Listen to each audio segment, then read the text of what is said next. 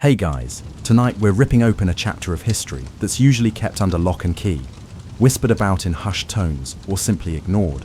We're talking about lust, love and sin in the Middle Ages, a topic bursting with hypocrisy, hidden passions and surprisingly modern struggles. Forget the valiant knights and the demure damsels for a moment. This journey isn't about romanticized ideals, it's about the raw, visceral realities of human desire, clashing head-on with rigid religious dogma. And let me tell you, if you lived back then with anything resembling a modern libido, a curious mind, or even a hint of adventurous spirit, chances are you'd find yourself in the stocks publicly shamed, or facing far, far worse.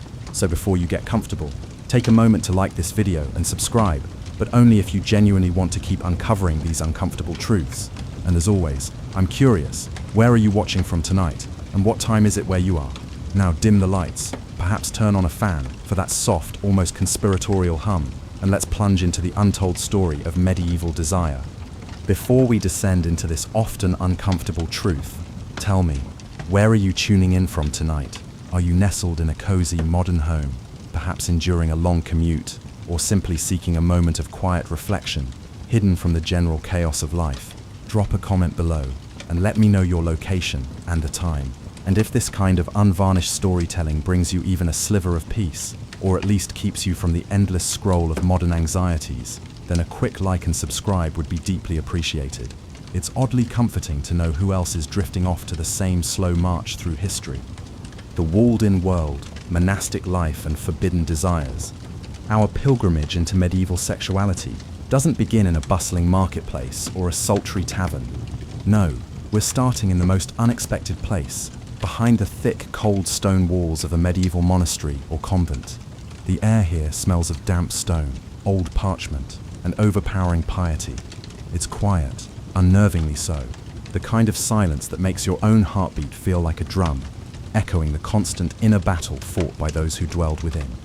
Monks and nuns, cloistered away from the wickedness of the secular world, took solemn vows, poverty, obedience, and most crucially for our topic tonight, chastity.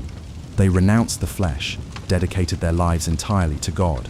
Lust, within these hallowed walls, was the ultimate enemy, a prowling beast waiting to snatch your soul and damn it to eternal hellfire. And yet, if the confessionals and private writings of the time are to be believed, this beast visited surprisingly often and with relentless, terrifying persistence.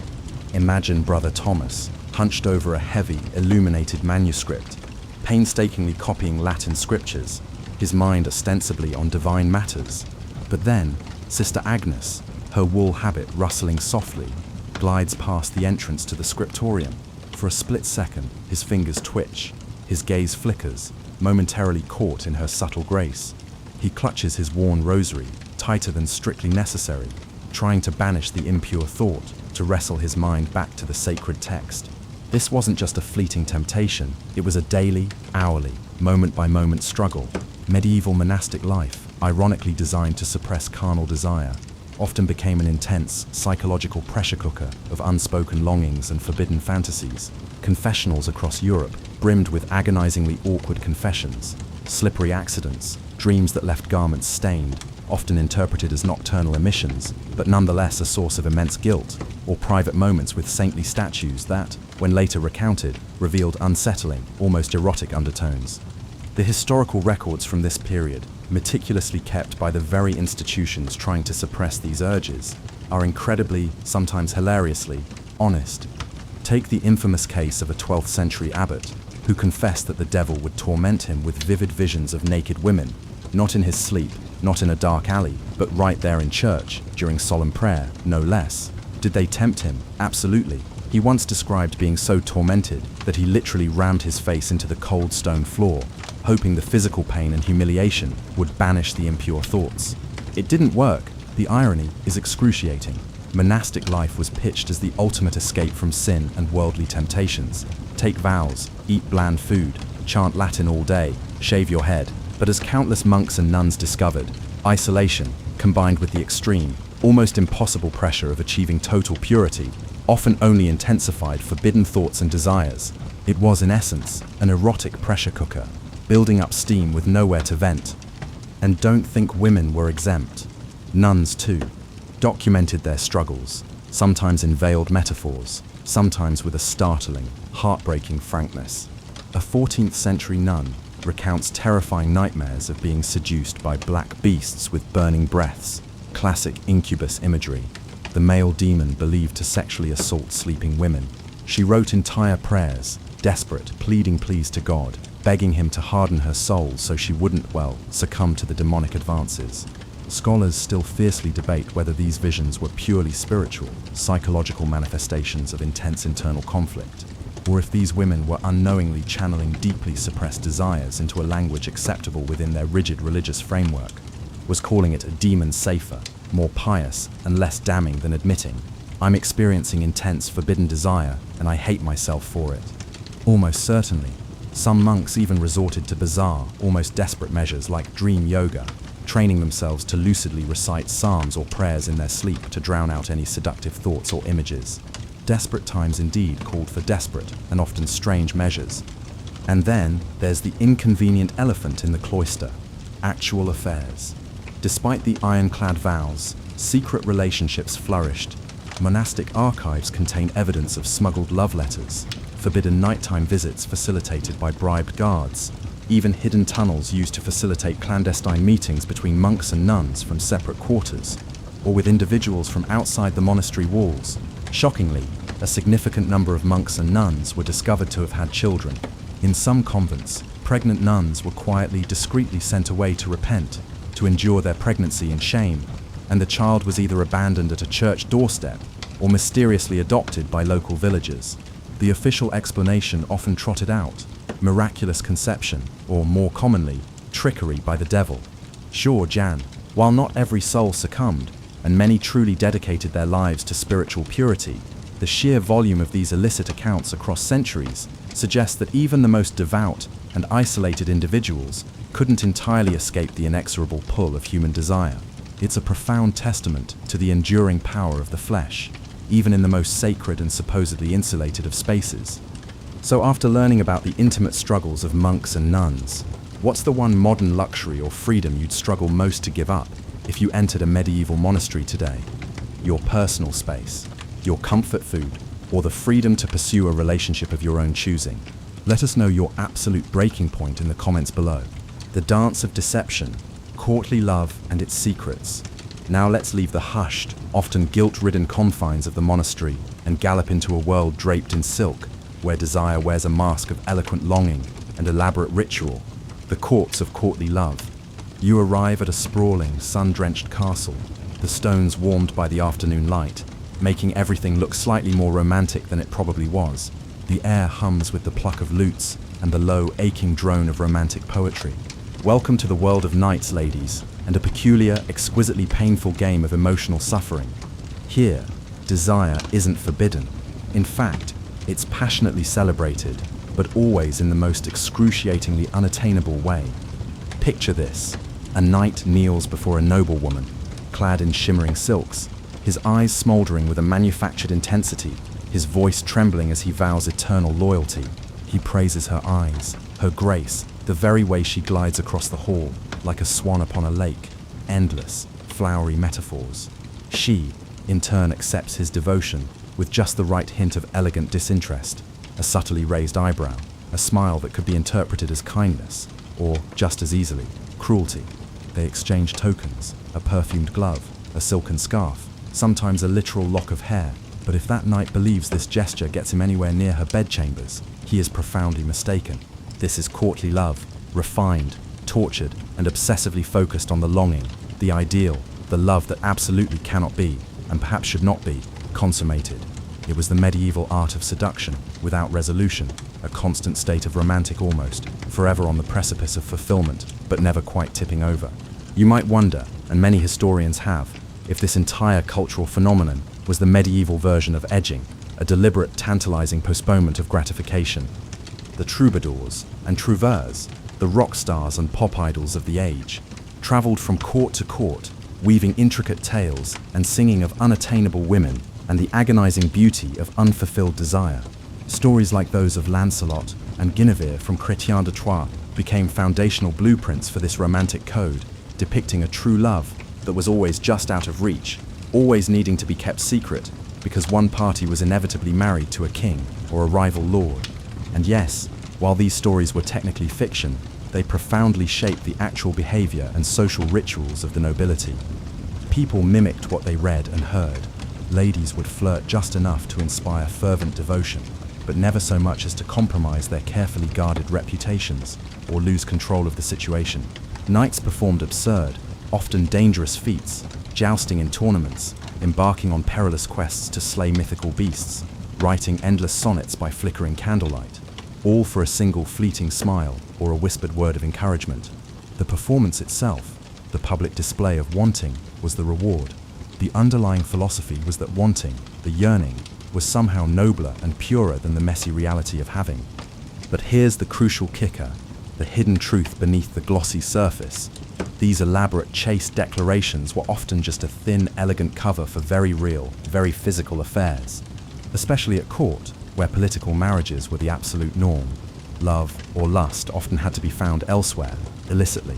You'd observe couples slipping away into side corridors, their masks of polite longing dropping the moment they were alone.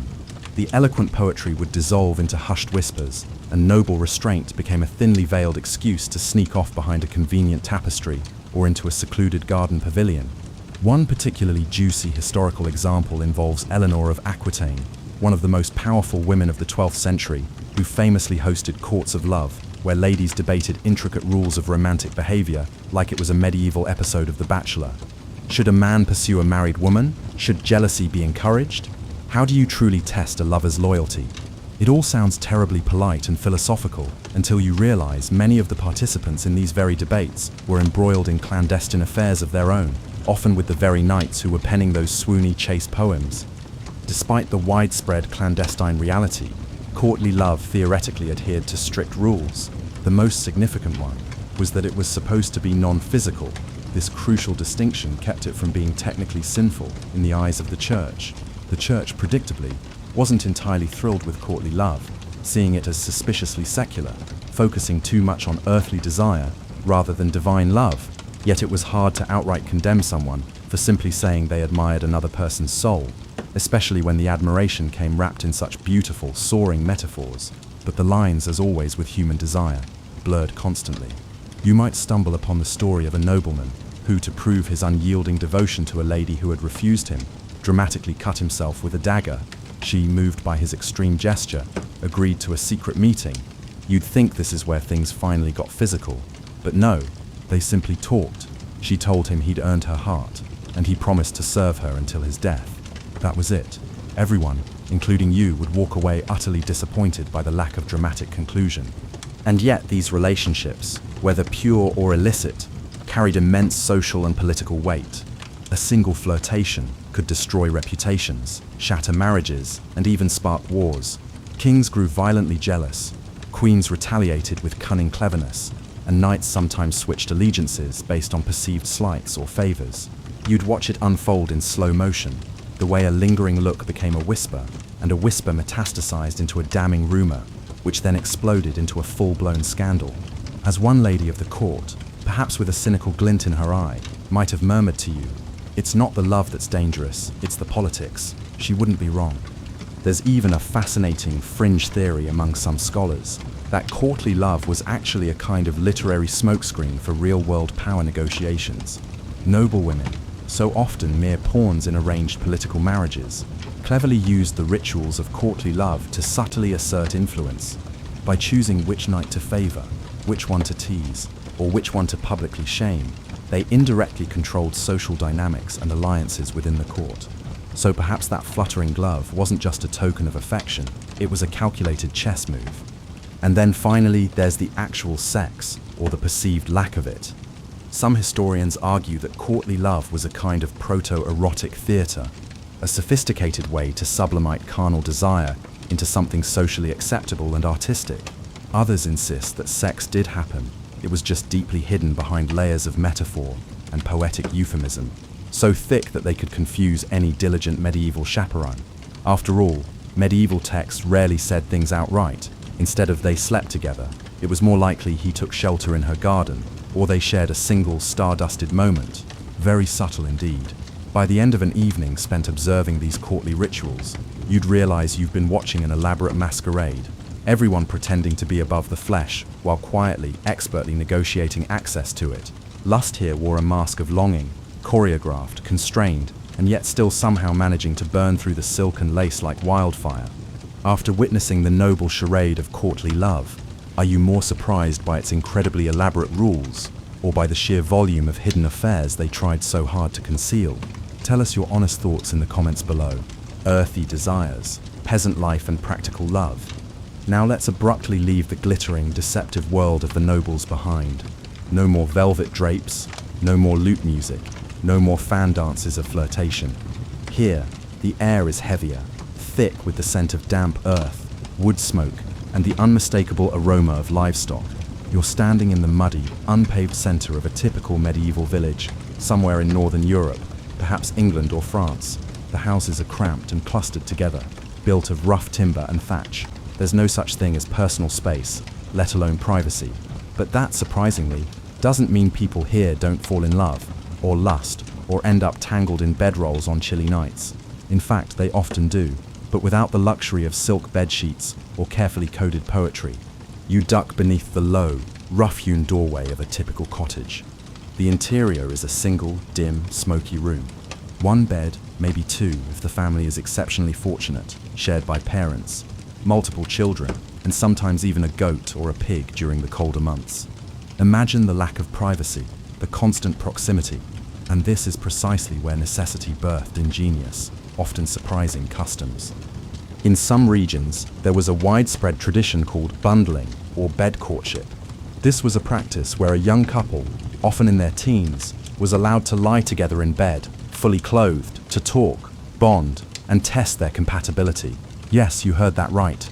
In bed together, often with a literal wooden plank or a tightly packed sackcloth barrier placed between them down the middle of the mattress.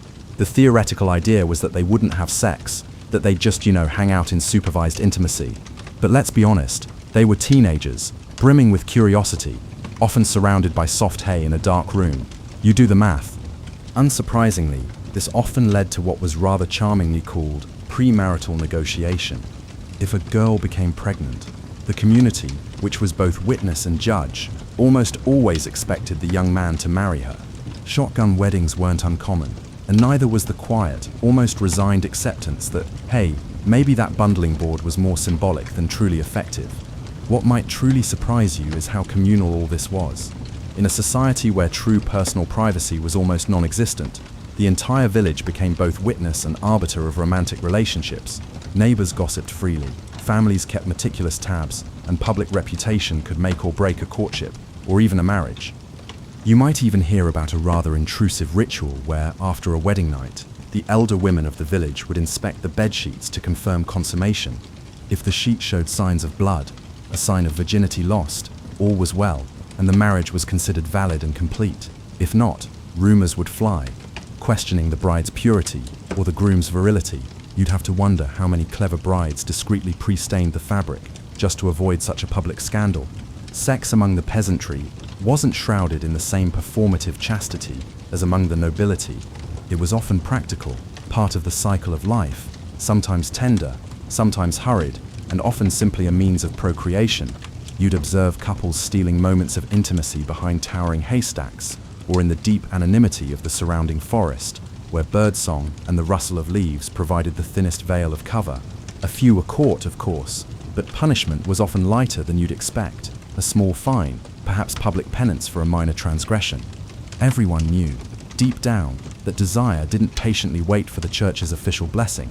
However, more serious transgressions, like adultery, especially if it involved someone of higher status, could still lead to severe consequences: exile, brutal flogging, or worse. But among the lower classes, sexual transgressions were often handled more pragmatically and within the tight-knit community itself.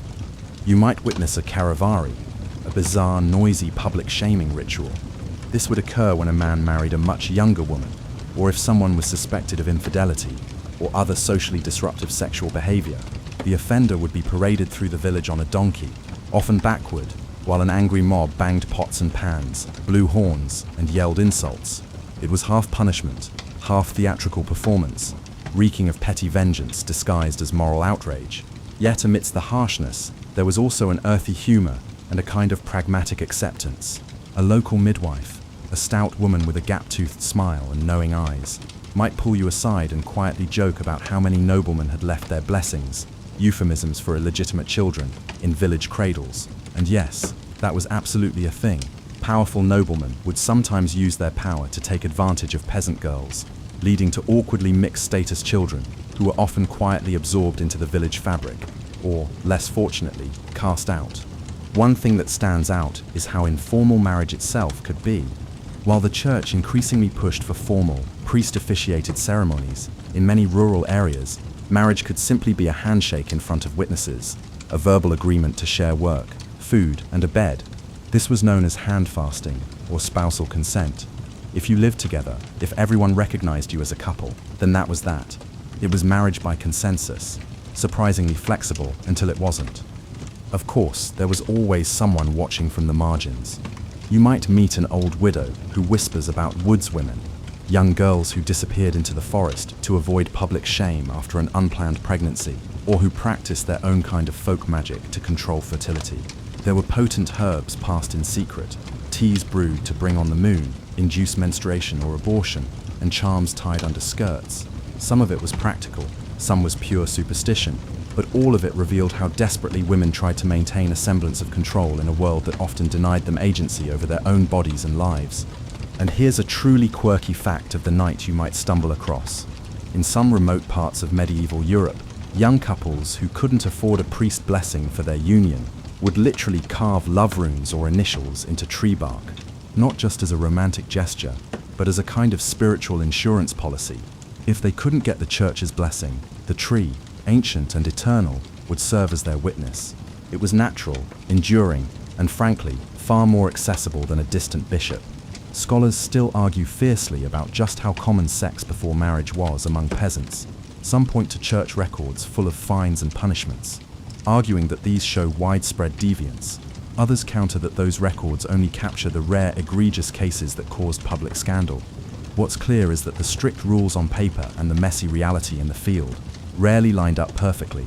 Desire finds cracks, it grows in the shadows, and in medieval villages, it shaped lives in ways that were often more honest, sometimes more humane, and always profoundly human.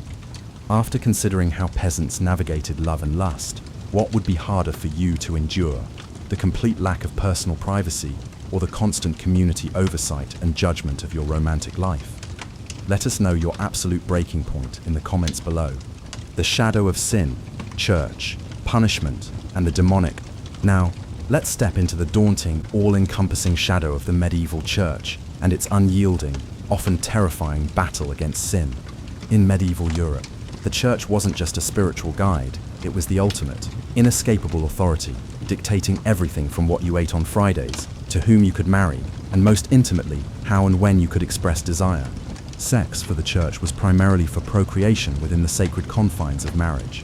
Any deviation from this narrow path was considered a grievous sin, a direct affront to God, punishable both in this life and far more terrifyingly, in the eternal damnation of the next.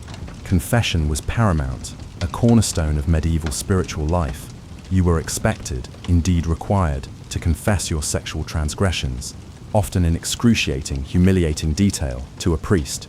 These confessionals, hidden behind wooden screens, became unintended, informal databanks on medieval sexuality for modern historians, revealing a vast, bewildering spectrum of what was deemed sinful: fornication, sex outside marriage, adultery, sex with a married person, homosexuality, often vaguely termed sodomy and deemed an unnatural vice, punishable with extreme cruelty, masturbation, the solitary vice, incest, bestiality, and even using any form of birth control, herbs, charms, or coitus interruptus, to prevent conception within marriage, was considered a sin against God's will to procreate.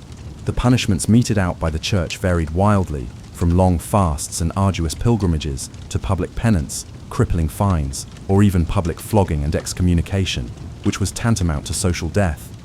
The pervasive fear of demon lovers like incubi and succubi was deeply rooted in this intense anxiety surrounding sexual sin outside sanctioned boundaries. If a person, particularly a vulnerable nun or a struggling monk, claimed to have been sexually assaulted by a demonic entity in their sleep, It was often genuinely believed to be a real occurrence, a physical manifestation of their own suppressed, sinful desires, or even a literal, terrifying attack from Satan himself. It provided a complex, albeit terrifying framework for discussing forbidden urges without directly admitting to them, a dangerous tightrope walk between piety, genuine psychological distress, and outright psychosis. The church even had specific rituals for exorcising such demonic possessions. The church's stringent rules inevitably led to a thriving, yet condemned, underground of sexual activity. Prostitution, though officially denounced as a grave sin, existed in almost every town, often confined to specific, segregated, red-light districts. While prostitutes were social outcasts relegated to the margins of society, they provided an undeniable outlet for men, and surprisingly, municipal authorities often tolerated or even regulated them for public order, and of course for tax revenue. Homosexuality, while an unspeakable sin in the eyes of the church and punishable with extreme brutality, often burning at the stake or castration for men, existed too, albeit in the deepest secrecy. Historical records, particularly court documents detailing accusations or trials, sometimes hint at or explicitly detail same-sex relationships, revealing the hidden lives of individuals who dared to defy societal and religious norms at immense personal risk. Even pilgrims, supposedly on a sacred journey of spiritual devotion, weren't immune to temptation. Many popular pilgrimage routes across Europe became sites of casual sexual encounters, with inns and taverns along the way, serving as informal brothels. The potent mix of anonymity, travel, the thrill of being away from local social oversight, and simply being human, often led to what some historians grimly call pilgrimage prostitution, a side economy fueled by lust and loosened morals on the path to piety. Then there's the more bizarre, almost desperate side of medieval desire, aphrodisiacs and love potions.